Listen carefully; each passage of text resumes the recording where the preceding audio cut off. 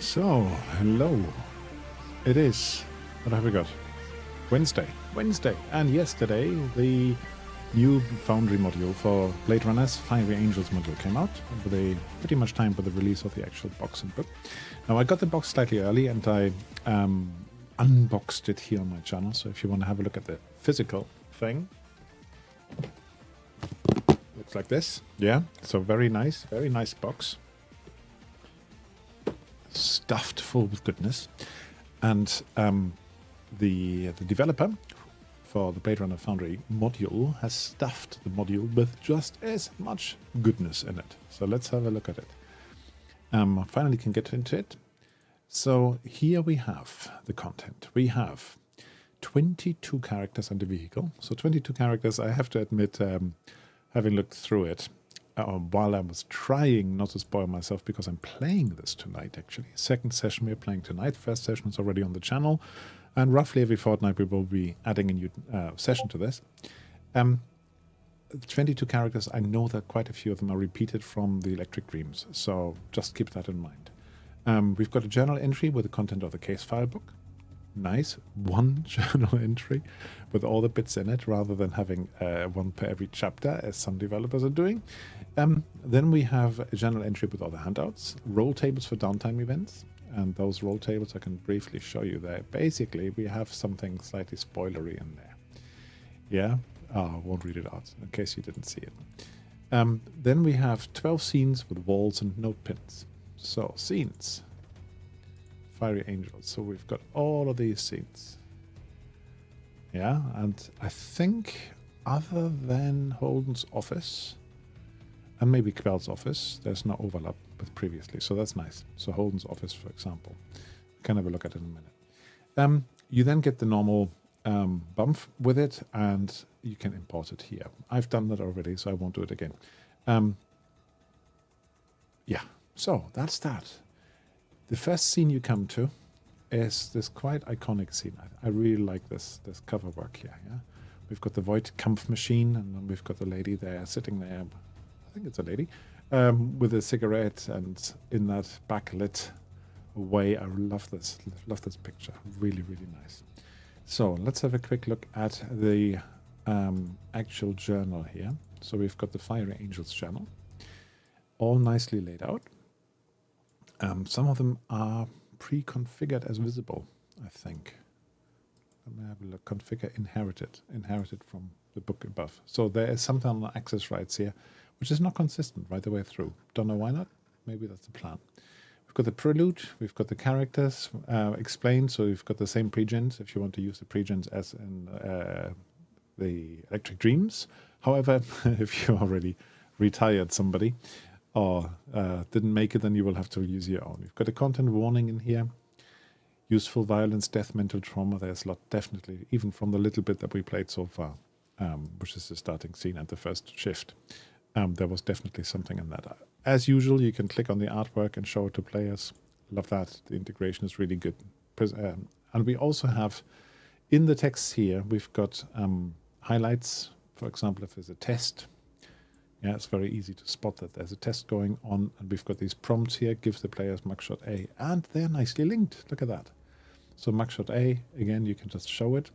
If you click on show to players, okay, I don't have players, but that basically would allow you to show it to them, and it would prompt you whether you wanted to change the access rights for future, so they can look at the handouts themselves. Now the handouts are separate, so you can reveal them one by one, rather than doing the whole book at once. So we then have here in the starting scene, we've got some questions to read out, and one of the players has to read them out. So again, it's really useful to be able to just click on it and show it. And then we have all the different bits. Now I don't want to go through everything here. That's far too much. But you get an impression. Yeah, you get the box sets, the reading out text and italics. The rest are normal. You've got all the different handouts in here. You've got the scenes that you can jump into. Yeah, so for example, if you wanted to go to the hotel, or wanted to find out about the hotel, I should say, you can jump straight to there. And the scene, is the scene linked here directly? No, it's not, but that's not necessary anyway, because you've got them all at the top. So the Yukon Hotel, if you want to go there, this is it in the background. You got the map. So you've got the owner of the hotel, you've got the doors, yeah. Look at the walls are done, the lights are done. So it's very nice, very pretty here. You can see the lights are done with some dramatic effect. So you can tell that the developer actually invested a bit of time here. Yeah, bed. I like that. Bathroom, living room. So it's nicely labeled up. So, where was I? You've got all the different sites. You've got the final confrontation. You've got the aftermath. So that's a good deal of content. If it's anything like the last case file, we played, I think, 4 sessions on it. 4 relatively long sessions. So there's plenty of content there. But I don't want to spoil myself too much, so I'm not going to read all of that in advance. Handouts are presented really nicely. You've got the mug shots here. You've got some other handouts. Which ones have we seen already? We've seen the empathy test. We've seen the newspaper. We've seen the data file. So let's have a look at the newspaper. Can I zoom any further in? No, I can't. You have to make it wider to zoom it. So there you go. Incident reports on the rise. Now, when I actually went through the box set, I realized that there were 2 different ones, 2 handouts, and there was a slight difference here at the bottom. That's all I'm going to say. So there's 2 versions of this in the box. No suspects in the murder of Lilith Tyrell. And this is from Electric Dreams. Yeah. But she was murdered. On the scuff. So, you then have in the scenes, as I said, you've got the scenes nicely lined up. I'm just going to look at a couple. So let's have a look at the crime map, for example. I keep forgetting that I have to right-click these days. I wish there was the scene enhancements update. That was so much better. So this picture is something you've seen previously. That was from the core rulebook, I think, or from Electric Dreams, not quite sure. And you've got the lab cat there, Biscuits. Very nice cat. Always like stroking one of there. So, and then you've got the room. We've been in this one already. Again. Activate.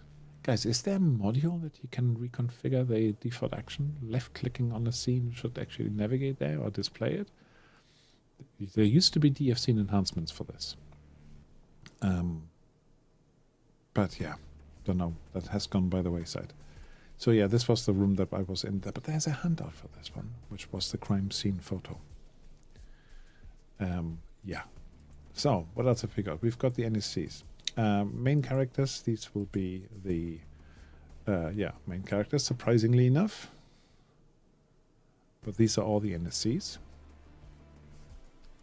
It's a good number. Everyone with, almost everyone, other than the template, with portrait. And the one with the template doesn't have a portrait. That makes good sense. Why not? So we have not got the PCs in here. Is that right? Where's Percival? No, the PCs are not in here. That's interesting. Yeah, because the PCs are there here.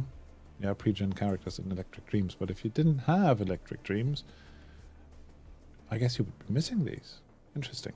Might have to double check that. NPCs, some generic ones. I like the dog. That's an excellent dog picture. Where did you find this, Steph? Very well done. Animoid dog.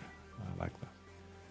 And yeah, pretty much there's a couple of items, I think. Yeah, a couple of items which are clues. So this is new. We haven't had clues as items before. So look, there's not a lot on here.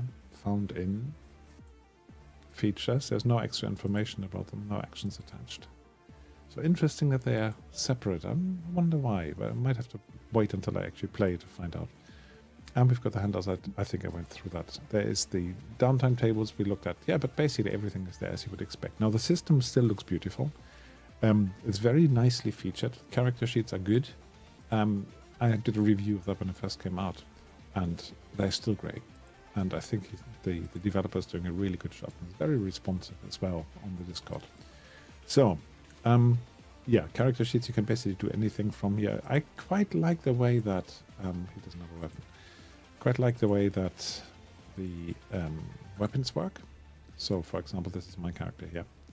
If you look at combat, you then have here the weapon, and he's got different ammunitions, and they have different ratings. And you think, how do I do that? But if you click on roll item, you get asked. Yeah, like I quite like this one. This is, I think, really cleverly implemented to say, okay, what sort of mode do you want to fire your weapon in? That works quite nicely. So anyway, you can see there's a lot of content in here. Putting all the maps in yourself is possible. Putting all the text in yourself is possible. Putting all the NPCs in is possible. But I have to say, I paid for this. Yeah, this is not a freebie.